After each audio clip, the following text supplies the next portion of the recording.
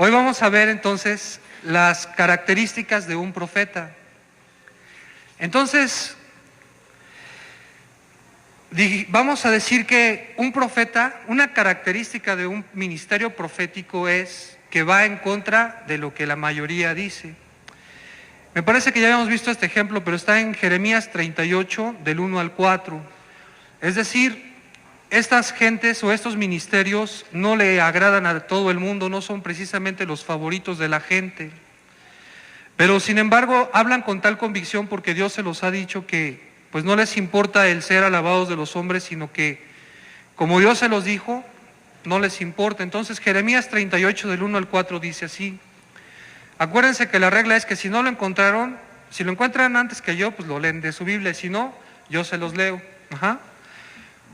Dice, oyeron Cefatías hijo de Matán, Gedalías hijo de Pasur, Jucal hijo de Selemías y Pasur hijo de Malaquías, las palabras que Jeremías hablaba a todo el pueblo diciendo, así ha dicho Jehová, el que se quedare en esta ciudad morirá a espada o de hambre o de pestilencia, mas el que se pasare a los caldeos vivirá, pues su vida le será por botín y vivirá.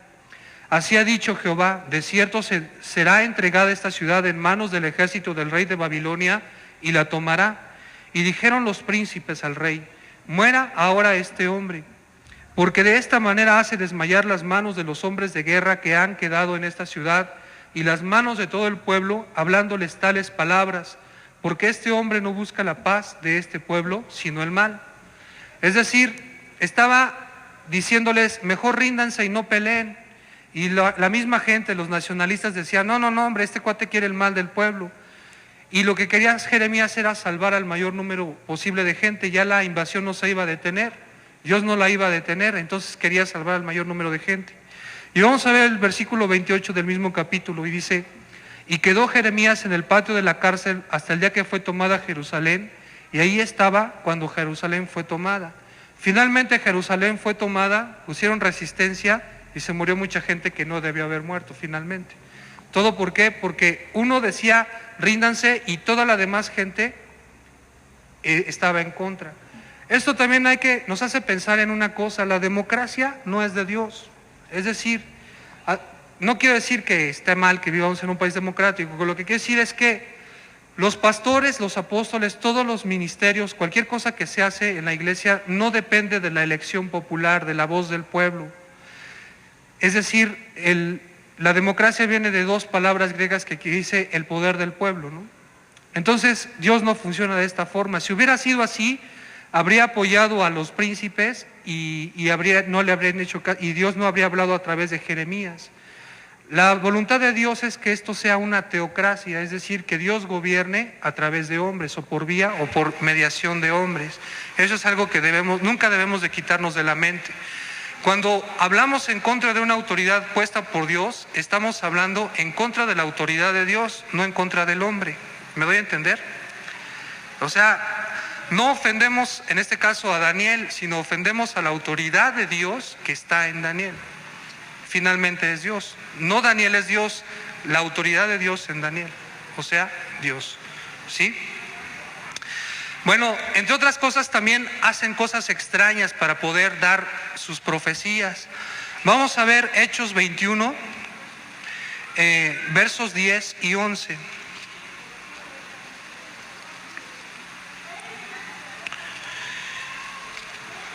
Y dice, y permaneciendo nosotros allí algunos días, descendió de Judea un profeta llamado Agabo, quien viniendo a vernos tomó el cinto de Pablo y atándose los pies y las manos dijo, esto dice el Espíritu Santo, así atarán los judíos en Jerusalén al varón de quien es este cinto y le entregarán en manos de los gentiles. Al oír esto le rogamos nosotros y los de aquel lugar que no subiese a Jerusalén. ¿Por qué hace todo esto? Si simplemente le hubiera dicho Pablo, el Espíritu Santo dice, si vas te van a aprender, ¿no? Es decir, los profetas son muy, muy gráficos en su palabra, ¿no? Le quita el cinturón a Pablo, se ata las manos y los pies, se ata y dice, así como me ves atado, así te van a hacer si vas a Jerusalén. O sea, muy, muy gráfico el profeta, ¿no? Otro ejemplo en el Antiguo Testamento está en el capítulo 5 de Ezequiel.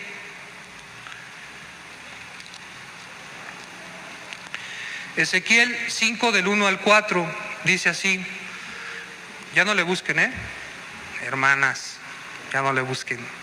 Dice: y tú, hijo de hombre, tómate un cuchillo agudo, toma una navaja de barbero y hazla pasar sobre tu cabeza y tu barba.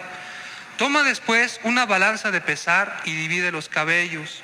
Una tercera parte quemarás a fuego en medio de la ciudad, cuando se cumplan los días del asedio, y tomarás una tercera parte y la cortarás con espada alrededor de la ciudad, y una tercera parte esparcirás al viento, y yo desenvainaré espada en pos de ellos.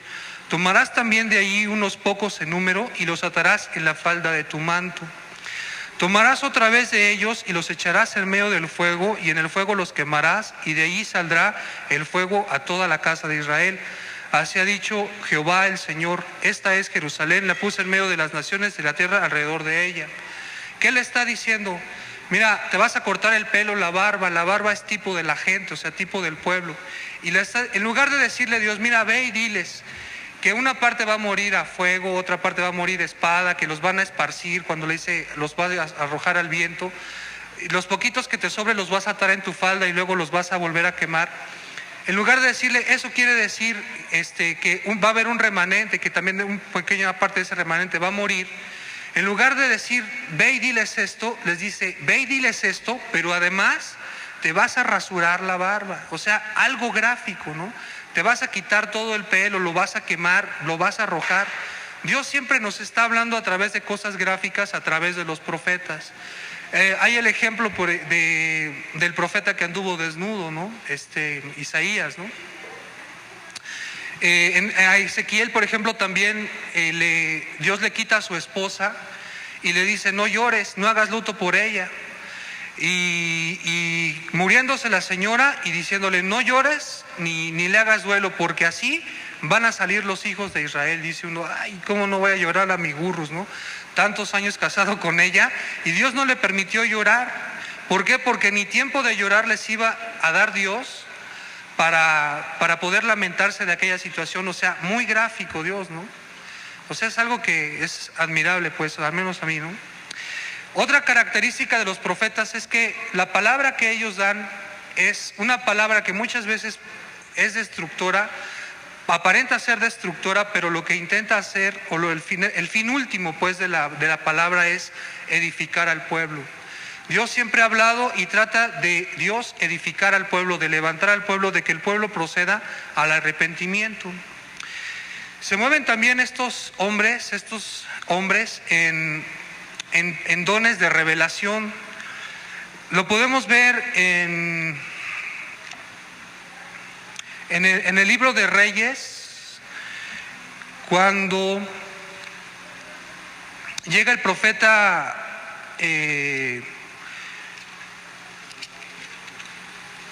el profeta y le dice a David que por qué se acostó con la mujer de Urías Eteo, ¿no? ¿Mandé?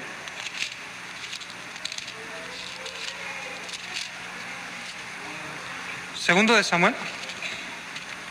Ok, gracias. Segundo de Samuel 12.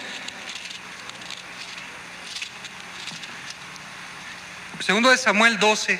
Todo el capítulo habla acerca de eso, pero se los voy a resumir brevemente. Segundo de Samuel capítulo 12. David un día estaba paseándose por el palacio y vio a una mujer que se estaba bañando, le gustó y la mandó llamar al palacio, se acostó con ella y resultó que la mujer era casada, pero también que la mujer quedó embarazada.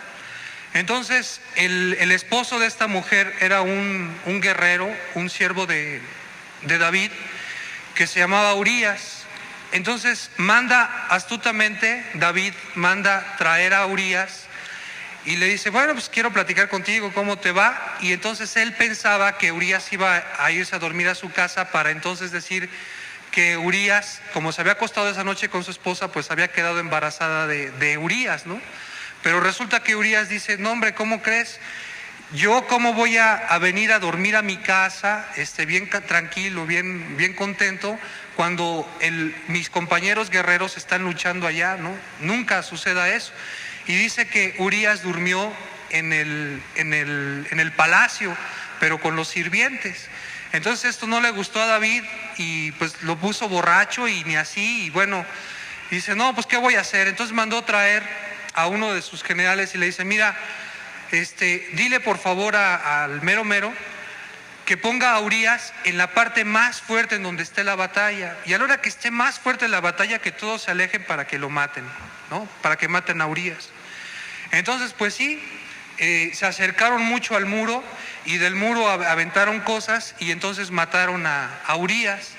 Entonces le dice el general, manda un mensajero al rey, a David, y le dice, dile que pues la batalla estuvo gruesa y que nos pegamos mucho al muro, y si se enoja el rey cuando le digas que nos acercamos mucho al muro, le dices, pero tu siervo Urías Heteo ya se murió.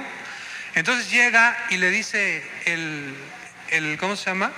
El mensajero, le dice, no, pues mira, estaba re dura la batalla y nos pegamos mucho al muro y que empiezan a aventar cosas y pues nosotros sabemos, dice, pero también mataron a Urías. Entonces el corazón de David como que dijo, bueno, pues ya se lo echaron, ya, ¿no? Ya quedó arreglada la cosa. Entonces, para esto David había hecho ya como se había acostado con ella, fue y ofreció sacrificios y dijo, bueno, pues ya estuvo, ¿no? Entonces pasó el tiempo y llega un día de visita el profeta Natán y le dice, te voy a contar una historia. Le dice, mira, había un hombre, o esto sucedió, y dice, hay un hombre que tenía solamente un animal, tenía solamente un cordero, y pues lo cuidaba y lo apacentaba y andaba todo el día con él y le buscaba los mejores pastos. Y había otro hombre que tenía todos los corderos y que pues era muy poderoso y todo. Y un día se le antojó comer al cuate el que tenía muchos corderos y le dijo, no, ¿sabes qué? Me gusta aquella, cómo la está cuidándola, está gordita, está bien. Quiero comerme esa, no quiero de mi rebaño, quiere comerme esa. Entonces cuando oyó eso, David se indignó y dice, no, hombre, ese cuate merece ser muerto, ¿qué le pasa? No, pues está mal, o sea, ¿cómo le quitas su única cordera? Y le dice, ese cuate que quitó la cordera eres tú. Ay, ¿cómo que yo? ¿No? Sí, eres tú, porque eso fue lo que hiciste con Urías. Entonces en ese momento Dios le mostró al profeta Natán lo que había hecho, es decir, le había descubierto el corazón, y también David se dio cuenta que aunque había ofrecido sacrificio, lo que Dios quería era que procediera a un arrepentimiento sincero y verdadero. Ese adulterio a David le costó en que en el reino de Israel perpetuamente exista la espada. Y en el Salmo 51 dice, yo conozco que tú no quieres sacrificio que yo lo daría. O sea, David de hecho ofreció sacrificio. Lo que quieres es un corazón contrito y humillado, que eso no lo damos todos cuando hacemos un sacrificio. Eso es verdaderamente lo que quiere Dios, y Dios le reveló a través del profeta Natán el corazón, lo que en verdad había era el corazón de David. ¿Queda esto claro? Bueno, debemos también decir que es diferente el ministerio profético al don de profecía. Aunque pudiéramos pensar, o podemos ver más bien, que la primera carta a los Corintios en el capítulo 14 dice que los del don de profecía son profetas. En realidad son profetas porque tienen el don de profecía, mas no son un ministerio profético. Es muy diferente. Un hermano que tiene el don de palabra de profecía, cuando veamos el don de profecía vamos a hablar de muchas cosas, pero en esencia el hermano que tiene el don de palabra de profecía edifica, consuela y exhorta a la iglesia. Y el ministerio profético es más profundo, es digamos más avasallador en su mensaje, es una cosa diferente a la profecía, en el sentido de que un hermano que tenga el don profético solamente se va a levantar y va a edificar, consolar y exhortar a la iglesia, pero el profeta puede ir atrás o ir adelante en cuanto a la palabra que diga de un hombre, como fue el caso de Natán. ¿Queda esto claro? La profecía, el don de profecía no es hablar del futuro, no, es edificar, exhortar y consolar. ¿Queda esto claro? Bueno, vamos a seguir los mismos puntos que seguimos con el ministerio apostólico. Entonces ya vimos que hace un apóstol. Ahora, los profetas forman parte también del cuerpo de Cristo. Ya vimos que los apóstoles, aunque son enviados por una iglesia, no forman parte en sí, digamos, de esa iglesia que los envía, porque ya se van a levantar iglesias a otras partes. Los profetas, si así es el deseo de Dios, pueden estar ministrando permanentemente en la iglesia. Recuerden que uno de los pasajes que vimos la semana pasada decía que Dios pone el fundamento a través de dos ministerios, que son los apóstoles y los profetas. Entonces, si en medio de nosotros no hay apóstoles, es decir, que no está visitándonos un apóstol, Dios va a poner el fundamento de la iglesia o va a dar la revelación de la palabra a través del ministerio profético. Pero, cuidado, el ministerio profético no es el todo, no se gobierna solo. El ministerio profético es muy dado a salirse, a salirse, ¿cómo podré decir esto? A salirse de ciertos límites si es que los hay. Es decir, un profeta ve que todo está mal y quiere arreglar todo. Entonces, si nosotros permitimos que un profeta esté permanentemente hablando a la iglesia, en lugar de edificarla, la va a destruir. ¿Por qué? Porque a nadie de nosotros nos gusta que esté diciendo, bueno, a ver, la hermana Raqueluche, hermana, la semana pasada le dije esto y no lo hizo, y esta semana, además de que no hizo lo de la semana pasada, viene así y le dije, y está mal también. Y dentro de 8 días, lo que le dije la semana antepasada, ya lo hizo. Lo que le dije la semana pasada, ya lo hizo, pero lo que le estoy diciendo ahorita está mal por esto y esto. Entonces, si permanentemente estamos sobre la hermana Raqueluche diciendo, está mal, está mal, está mal, ella va a empezar a hacer las cosas hasta que llegue un punto en que diga, ¿sabes qué? Ya me cansé. O sea, no es posible que todas las cosas estén mal y mal y mal y mal. Y no me puedes tener paciencia. Entonces debe de haber alguien que frene al ministerio profético. Entonces los profetas deben de formar parte, cuando están en una iglesia, deben de ser a su vez controlados por quién. ¿Qué sería lo contrario de golpear? Apapachar. Y para eso pues está el pastor, ¿no? Entonces, digamos que hay que campechanear las predicaciones de un profeta y de un pastor. Bueno, la semana pasada el profeta arrasó y dijo, todos estamos mal porque son un pueblo que no ora ni 4 horas, y dicen, ay, yo estoy orando 10 minutos y por eso no estoy orando. Entonces viene el pastor al domingo siguiente y dice, bueno, está bien, reconocemos que aún no oramos 4 horas, pero estamos orando 10 minutos. Hermanos, sigamos orando, y si alguien ora 9 minutos, bueno, está bien. Y si alguien ora 11, está bien. Queremos llegar a orar por lo menos 2 horas, no se vayan a los extremos. Entonces, viene a equilibrar lo que el profeta está diciendo. En cierta forma, lo que dice el profeta es cierto, pero también es cierto lo que dice el pastor. No podemos ir de 10 a 4 horas. ¿Por qué? Porque eso requiere una disciplina, requiere una consistencia, es un ejercicio. Entonces, si dejamos que el profeta siga, pues vamos a decir, es que ya para la edad que tienen ya deberían de haber resucitado 4 muertos cada uno, ¿no? Y entonces, porque dice, estas señales seguirán. Entonces viene el pastor y dice, bueno, hermanos, sí, pero calmados, miren, Dios nos ama y Dios quiere que todos lleguemos a la perfección. Y bueno, pues a mí no se me ha cruzado ningún muerto, por eso no le he resucitado. Pero Dios tiene el poder para, ¿me entienden? ¿Sí?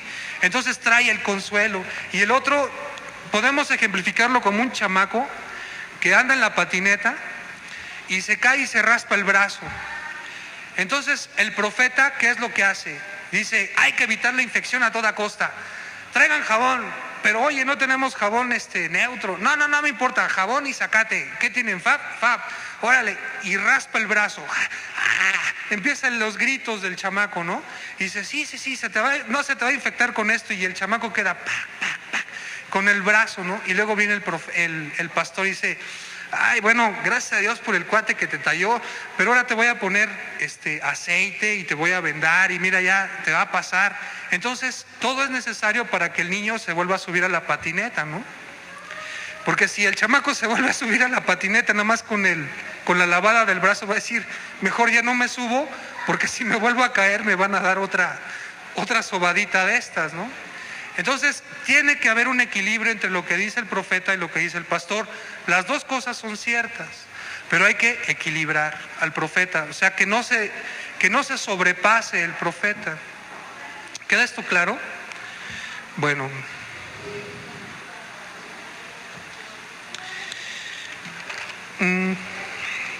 ¿Cómo se levanta un profeta? Bueno, yo muy particularmente pienso que así como hubo profetas en el Antiguo Testamento, Dios sigue teniendo profetas de ese tipo ahora en nuestra época, en el Nuevo Testamento, en la época neotestamentaria. Pero si Dios va a levantar, estamos orando para que Dios levante ministerios en medio de nosotros, ¿no? Bueno, algunos estamos orando por eso, ¿verdad, hermanos? Entonces, ¿cómo se va a levantar? O sea, va a venir de las nubes, va a bajar y va a decir, Dios, aquí les mando al profeta por el que me pidieron, ¿o qué?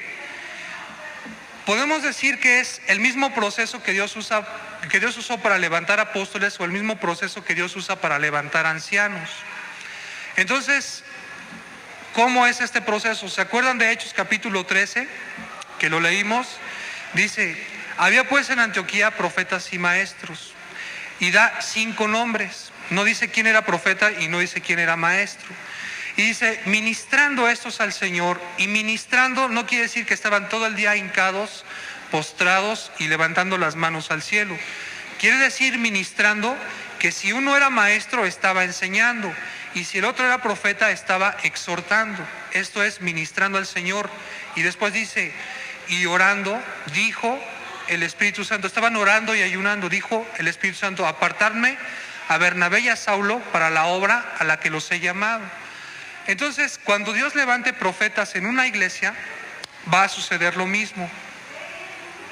¿Qué es lo que va a suceder? Ministrando estos al Señor, es decir, la gente que estamos sirviendo a Dios, nadie se puede excluir de esto.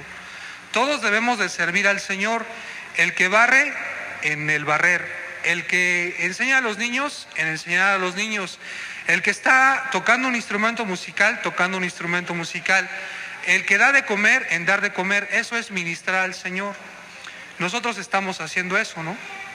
Entonces va a poner Dios un sentir en la gente que gobierna o en las gentes que gobiernan la iglesia, y va a decir, apártame a fulano para que sea un profeta. Y eso ya se está viendo en él. Además, las características que tiene el hermano son así como que todo le parece mal, está siempre enojado. Bueno, no siempre, ¿no?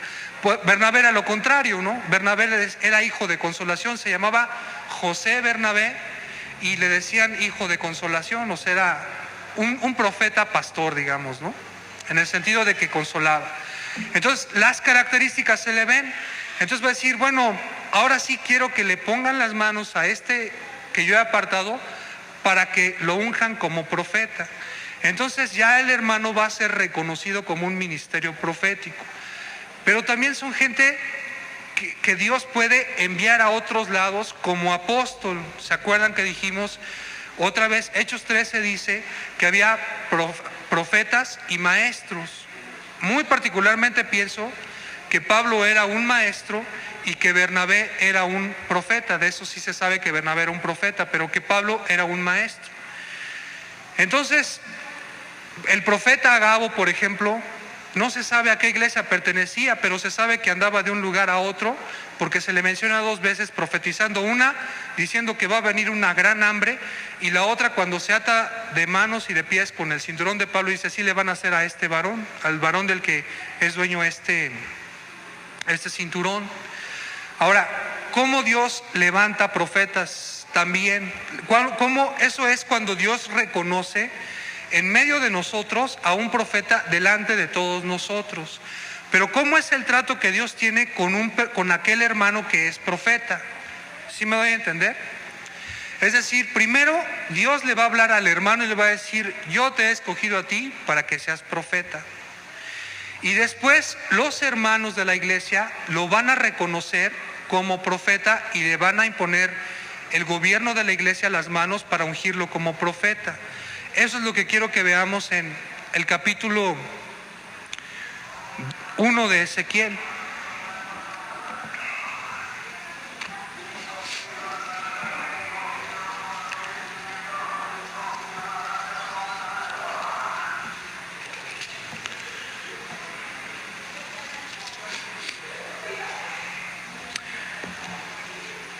Perdón, es el capítulo 2, verso 1, dice.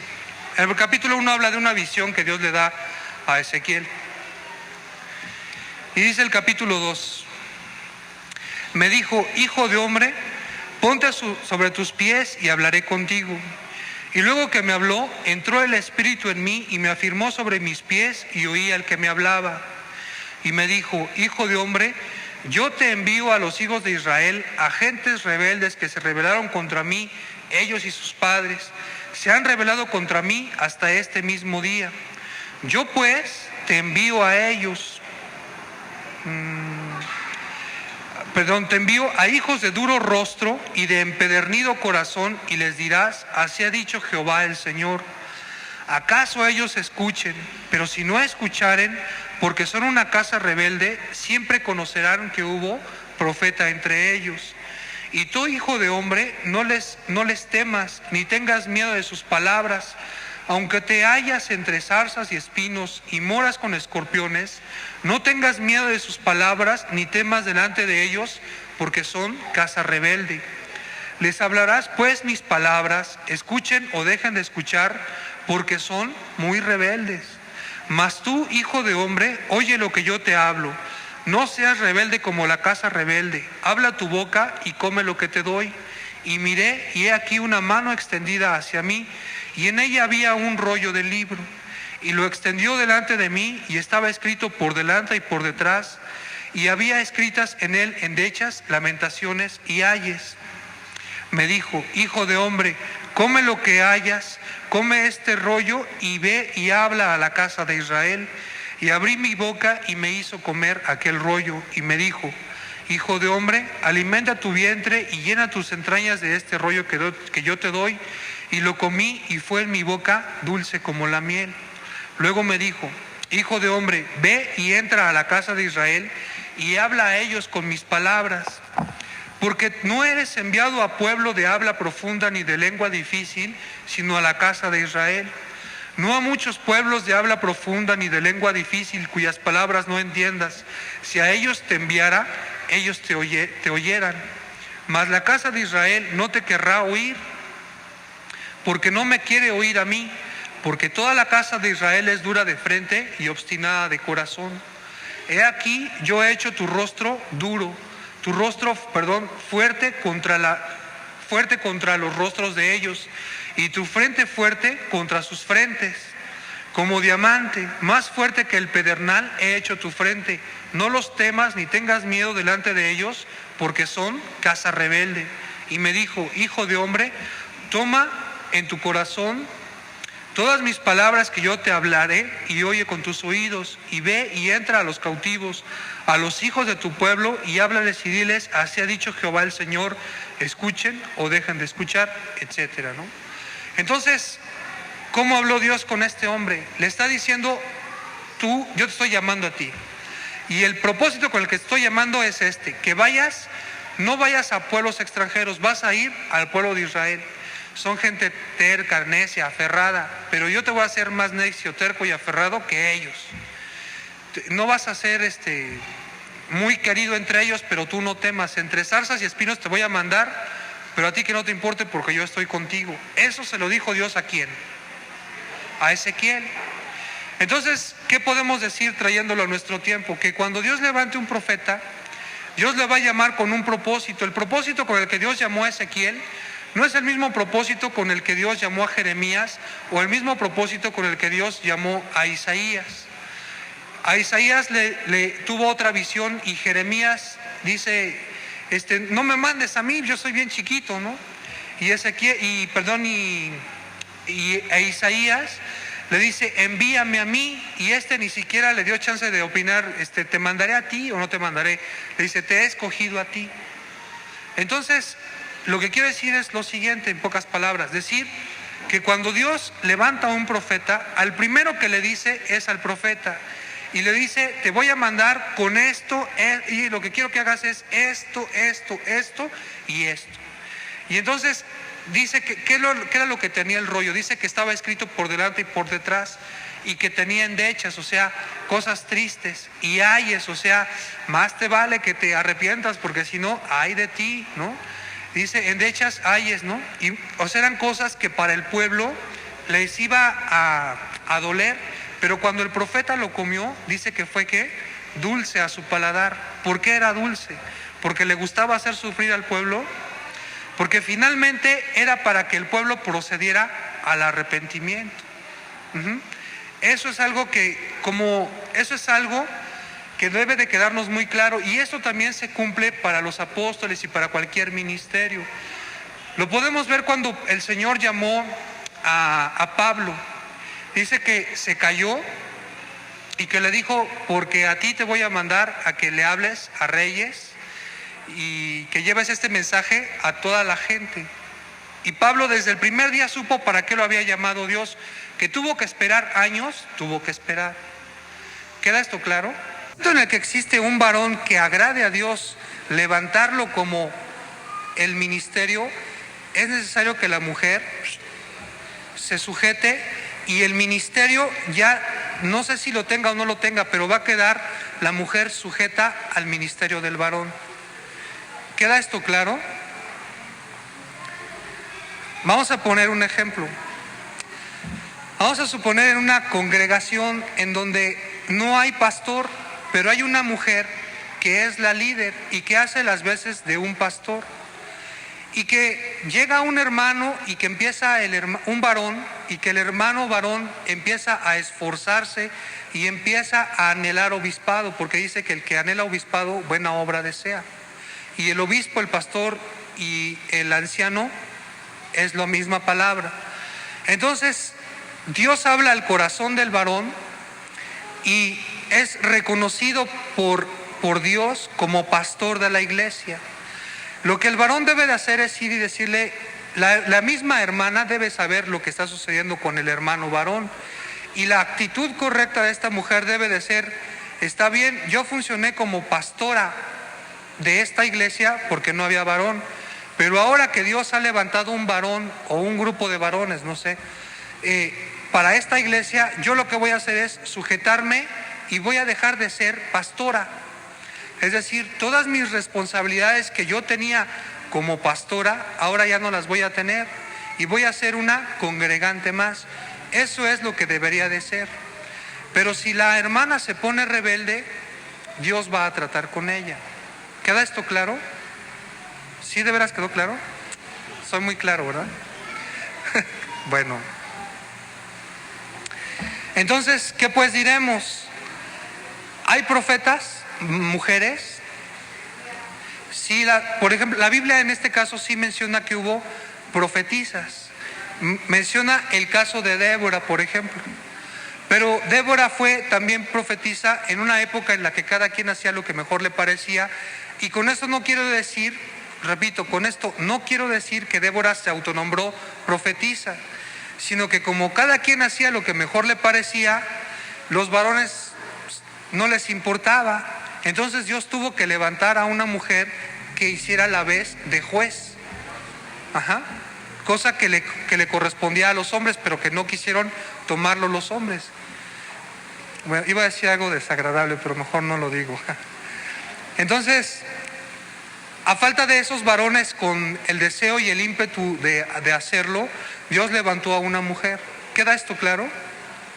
Hay otros 4 casos más, y existen como don de profecía mujeres que son profetas, como don de profecía, no como ministerio profético, ¿sí? Acuérdense que profeta es el que habla por otro. Entonces, si en medio de nosotros las mujeres o el 50% de las mujeres dicen, yo creo que la mejor forma de servir a la iglesia es teniendo yo el don de palabra de profecía, vamos a decir que esas hermanas son profetas. Son profetas, ¿por qué? Porque reciben un mensaje de Dios y lo dicen a la iglesia, no porque tengan el ministerio profético, que es diferente. ¿Quedó claro? Sí, ¿verdad? Bueno. No, es que a veces me sorprendo que de verdad sea tan claro y me pregunto si de verdad soy tan claro. Bueno,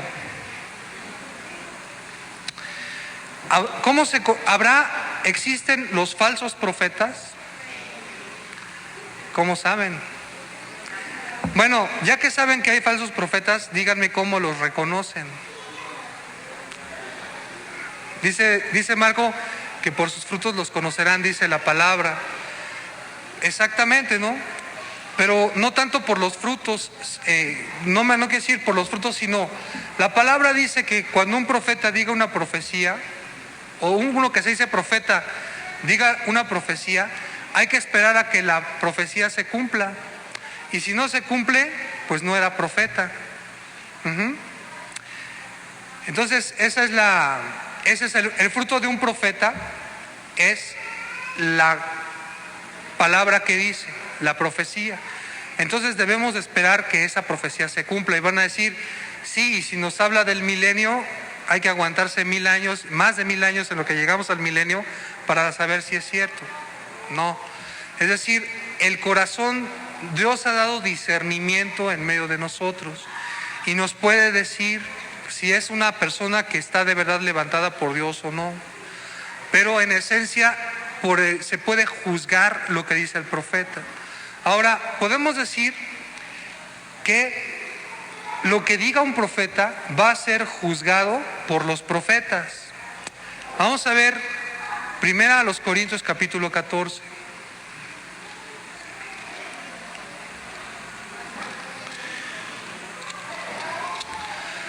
En la carta a los Corintios está hablando esencialmente de dones, pero hay cosas que nosotros podemos aplicar al ministerio, ¿no?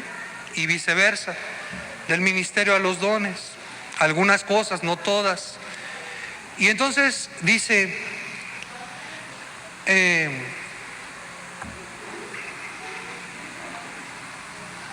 el capítulo 14, vamos a leer el verso 29 en adelante. Dice, asimismo, los profetas hablen 2 o 3 y los demás juzguen. Un ministerio profético da casi predicaciones, ¿no? Pero nos da la pauta para juzgar lo que el ministerio profético o el que se dice ministerio profético está diciendo. ¿Cuál es la actitud que debemos de tener los demás? Juzgar al profeta, ¿verdad? No.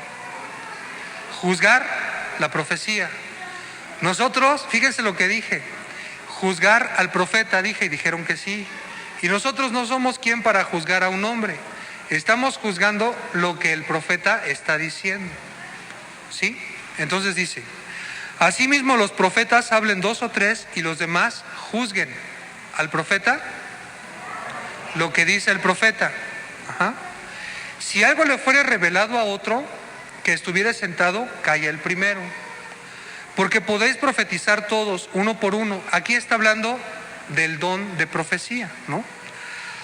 Todos uno por uno, para que todos aprendan y todos sean exhortados. Y dice, y los espíritus de los profetas están sujetos a los profetas. Si viene un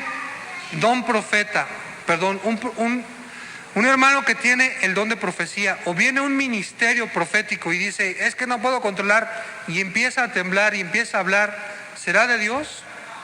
¿Por qué?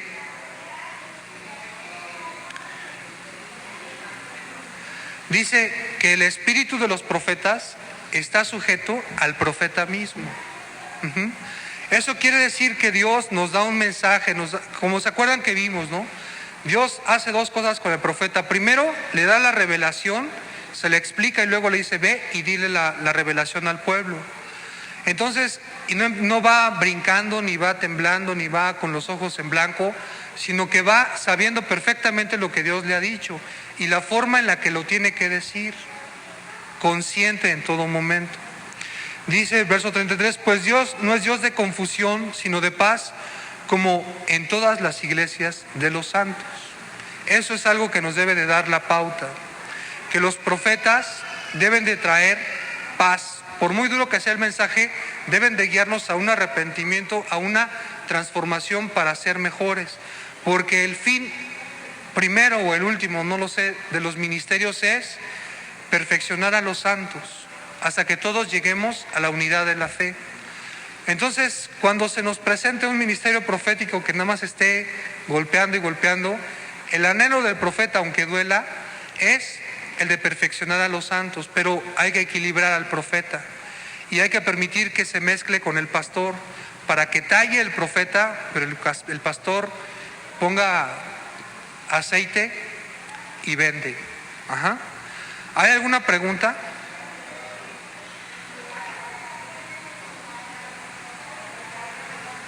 Bueno, ya que todos lo saben, les voy a preguntar, y cualquier voluntario que levante la mano. ¿Los profetas andan solos?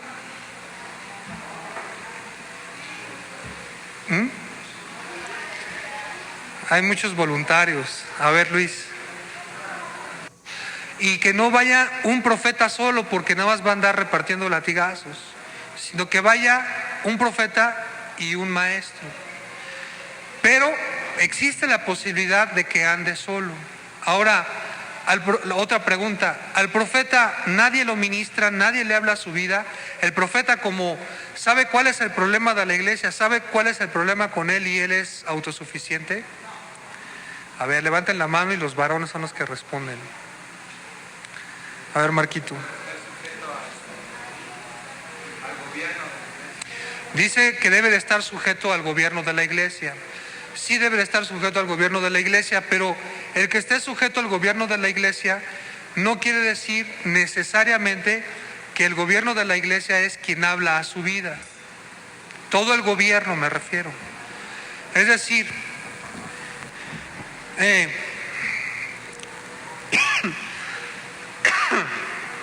perdón, si aquí el que habla a la vida de nosotros o de la mayoría de nosotros es Daniel,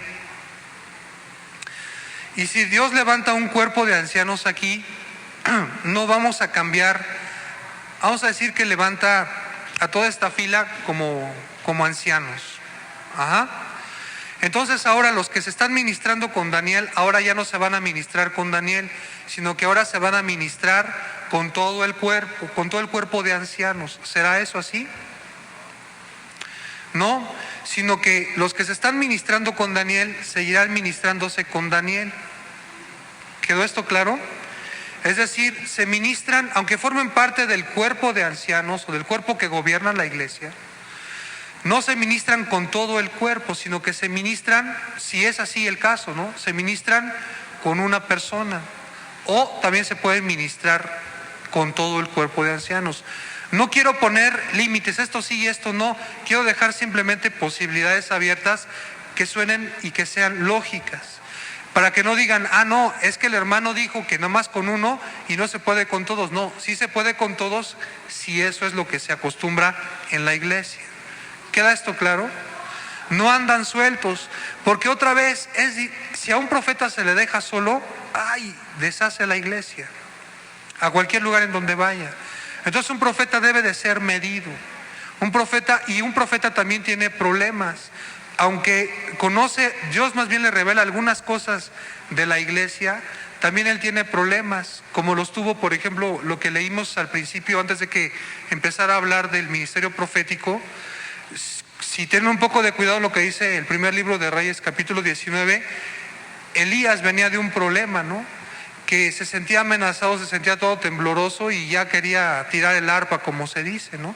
Entonces Dios tuvo que hablar con él. Un ministerio profético también tiene debilidades, como un apostólico, como un profeta, como un maestro, como un evangelista y como un pastor. ¿Queda esto claro? Bueno, ¿alguna otra duda que tengan? Pues esas dudas no me las preguntaron, yo se las dije. Todos lo saben, hermanos. Me da gusto ver que cada día más hermanos se saben la Biblia de memoria. O sea, cada día más hermanos no traen Biblias. Me da un gusto tan grande de veras esto. O sea, les puedo preguntar qué dice Eclesiastés 1:4 y me lo dicen de memoria. Es algo maravilloso de veras la obra que Dios está haciendo en medio de nosotros. Memorizando cada día más la palabra, toda. ¿Alguna duda, hermanos? De veras, ¿todo lo entendieron?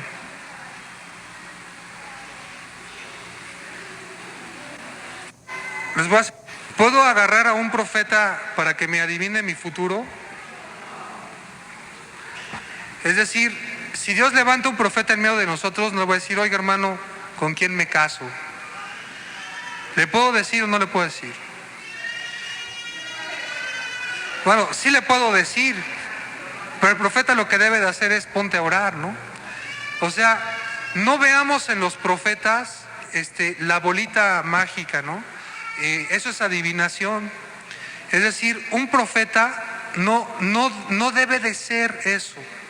Otra cosa que sí quiero aclarar, y que esto, por favor, nadie se sienta profeta a menos que Dios hable y le diga, eres profeta. Esto de veras es algo peligroso. La Biblia dice que las profecías no son directivas.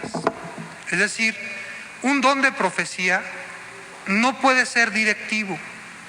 Es decir, si un hermano, vamos a decir, X entre nosotros, tiene el don de palabra de profecía, no puede ir con la hermana Carolina y decirle, hermana Carolina, el Señor dice así, dice que te cases con fulano. No es el ministerio, no es el don de profecía directivo, pero el ministerio profético, y tampoco es una regla, puede ser directivo. Dije, puede ser directivo. Miren, ¿por qué puede ser? Dios usó a profetas para levantar reyes. Aunque el cuate no supiera, llega y le derrama el aceite y le dice, tú eres ungido rey. Y eso es darle una pauta y una dirección. Hay muchos casos en los que podemos ver cómo llegan los profetas y le hablan al rey diciéndole, haz esto y esto. Subiré y pelearé, mira, haz esto y esto.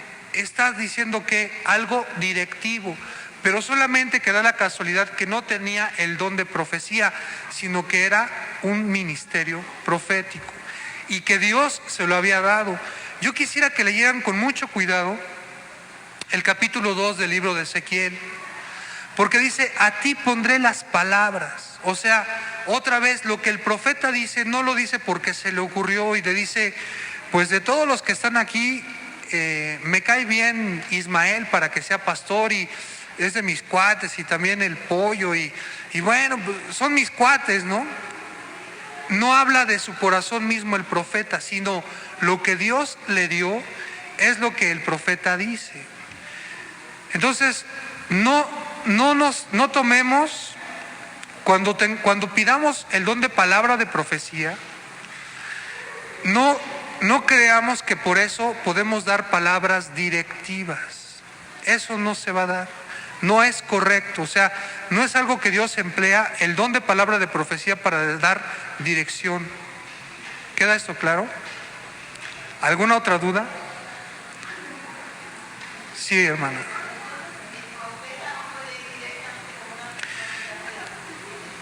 El don de profecía, no. Mire, vamos a decir, hay 9 dones, ¿no? Entonces, de esos 9 dones, uno es el don de palabra de profecía. Entonces, yo no voy si yo tengo nada más el don de palabra de profecía, nada más tengo el don de palabra de profecía, nunca Dios me va a decir, ve y dile a fulano que la primera chava que vea con zapatos amarillos y bolsa rosa, esa es la que yo le he dado para que se case. ¿Por qué? Porque es algo directivo. Y la palabra de profecía no es en ese sentido en el que habla. Pero si viene un ministerio profético, puede darse el caso. Ahora, vamos a decir que el ministerio profético le dice, el primer chavo que veas que entra con que entra con zapatos amarillos y una Biblia rosa, ese es el que yo te he dado. Fíjense, estoy hablando de un ministerio profético y se lo dice a una mujer.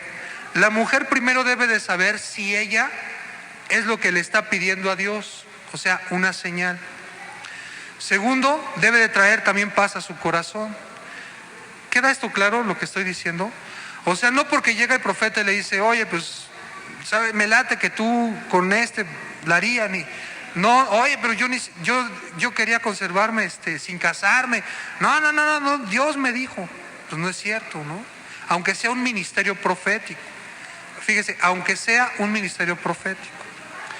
Por ejemplo, recuerdo un hermano que tiene don, que es un ministerio profético, que es el hermano Jorge Serrano Elías, que es ahorita presidente de Guatemala. Estábamos en una reunión de oración, en un culto un domingo. Entonces yo estaba hasta adelante y se me acercó el hermano y estaba como siempre estoy, o sea, ya saben que yo no soy de los que aplauden y los que acá muy, ¿no? Entonces me dice, es un cuate grandote, se me acerca y me dice, varón, me dice, gócese, dice, porque estos van a ser los pocos momentos que va a tener para gozarse. Y me dice, además siento que usted va a pasar por un quebrantamiento. Eso me lo dijo, creo que en noviembre o diciembre. Para febrero yo estaba enfermo de los riñones y estaba así muriéndome, ¿no? Entonces, ¿qué fue lo que me dijo? Directivo, gócese, ¿no? Porque vas a ser de los pocos momentos que vas a tener para gozarte. Y además te va a ir, no me dijo, te va a ir de la patada, simplemente vas a tener un quebrantamiento. Y se me cumplió, ¿no? Eso fue algo directivo y que se cumplió. Por tanto, el hermano es un profeta, un ministerio profético que me dio una palabra directiva que trajo paz a mi corazón, que trajo bendición, pero no todo lo que me digan va a ser, porque, o sea, podemos hablar de casos en los que decían, oye, pues que dice el Señor que acá está, aquella es aquella, ¿no? Y no, ¿sí? ¿Queda esto claro? Bueno, vamos a ponernos de pie, hermanos.